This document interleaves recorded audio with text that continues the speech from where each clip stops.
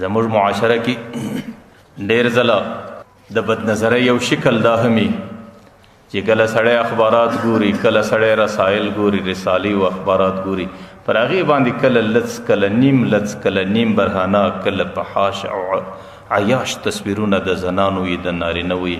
نو دا کتل او دې ته نظر اړول او پر دې باندې نظر قرارول دا هم بدنظري د بدنظرۍ یو قسم دی. کله په بعضو خبري رسنیو کې راځي جنسي مضامین راځي چې هغې ته زموږ او ستاسو په اصطلاح کې ناولان وایي او بعضې تعلیم یافته طبقه په دې باندې اخته وي. دا هم د بدنظرۍ یو شکل بلل کېږي.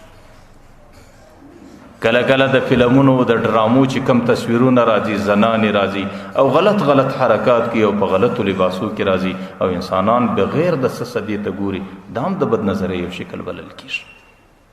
کله یو سړي د ځانه سره د یو چا تصویر خوندي کړی، هغه تصویرونو ته ډېر ګوري، نو بیا هغه تصویرونو ته کتل دا هم یو قسم بدنظري بلل کېږي.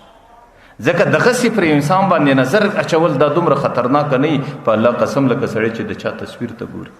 ځکه دغسې پر شي باندې نظر پر انسان باندې نظر اچول دې باندې انسان ډېر باریک بینی نسی کولای، پر دې ډېر نظر قرارولی نسی او پر دې باندې سړی ډېر نظر آرامولی نسی لکه پر تصویر باندې چې څومره آرامولی سي.